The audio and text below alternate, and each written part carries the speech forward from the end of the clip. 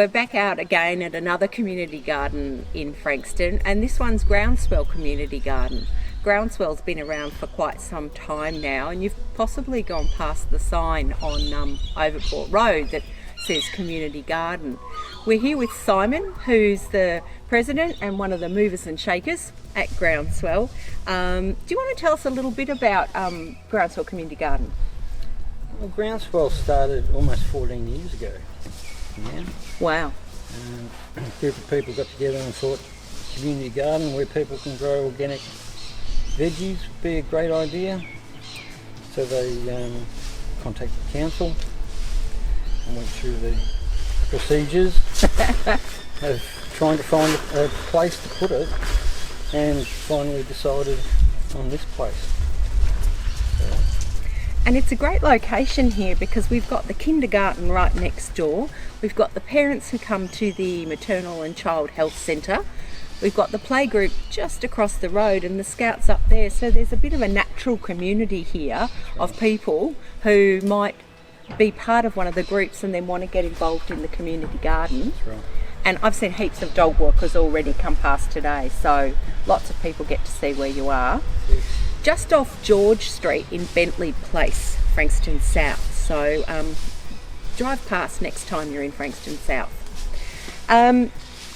So Simon, I know growing your own food is something that a lot of people try to do, and most of us end up using seedlings.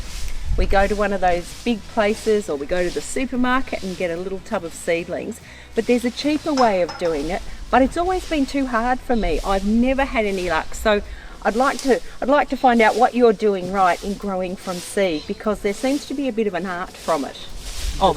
There's not. You make it sound simple. Perhaps you could do a bit of a demo and I can see what you're doing and learn along the way. Right. We've got numerous types of seeds, all different sizes, shapes, colours, etc. From big to small. I don't know if you can see them.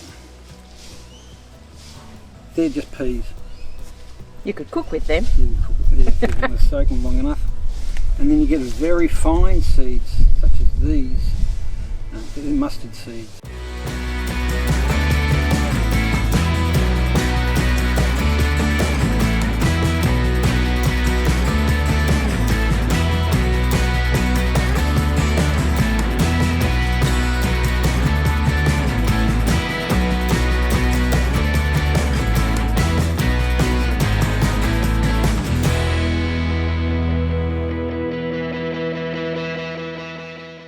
And what are these, Simon? What are you These sprinkling? are mustard seeds.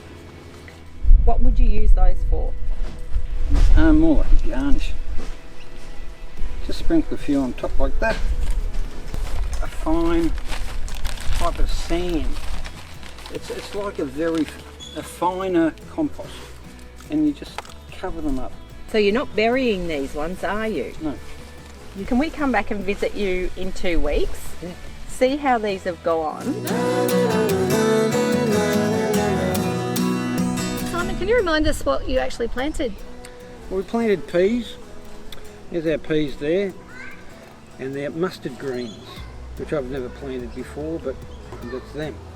So they've come along pretty well. What care have you taken in the 3 weeks since we've been here? Have you done regular watering or anything like that? I haven't done. These have been sitting outside on the pathway. I think I've watered them twice. Oh, we've had a couple of rainfalls in the meantime That's as right, well. been raining. So you wouldn't want to overwater them. I either never water at all. My friends will tell you I'm the world's worst waterer for gardening. Otherwise, I'll take care of them too much and I'll overwater them. So is there you just let nature take its course? If they're planted outside, nature takes its course. If they're planted inside, if you think it's too cold outside and you want to grow them on your windowsill, just keep them damp. Just damp. Just damp. A spray bottle usually do it. You know? Or you can take them out, soak them under the sink, just let them drain. Okay. So how do you know when they're ready to put in the garden now? Would you need to put these in pot plants to strengthen them up, or can you put them straight in the garden? These ones I'll let grow for probably another couple of weeks, but I'll feed them.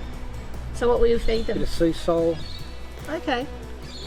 any liquid fertiliser. So a liquid fertiliser at Yeah. this stage, and then would you give them another feed when you go to transplant them? Yeah, we usually you feed them after you transplant them. Okay. With the peas you can grow direct. We just did it in a pot so you could see what. So you'll leave them in there a bit longer I'll as leave well? them in there for maybe another 2 weeks and then stick them in the ground.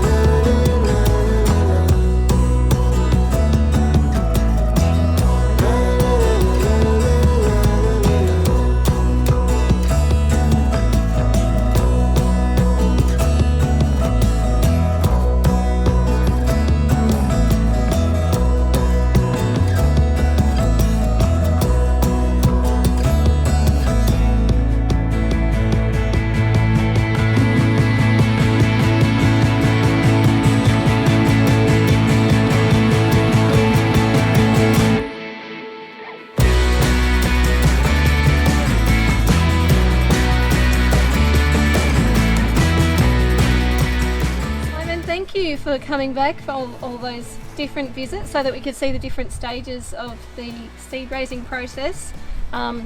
Hopefully you'll get to enjoy some delicious peas, and good luck with the mustard greens. Yeah, that'll be interesting. It'll be really good to see how they go. Yeah. I know I've been inspired to go home and try setting up my own seed raising area again. It's been a few years, and I have to say I think my seed raising mix has been sitting there too long. It's a bit hydrophobic at the moment, but I'll persist. If not, I'll go and get some more.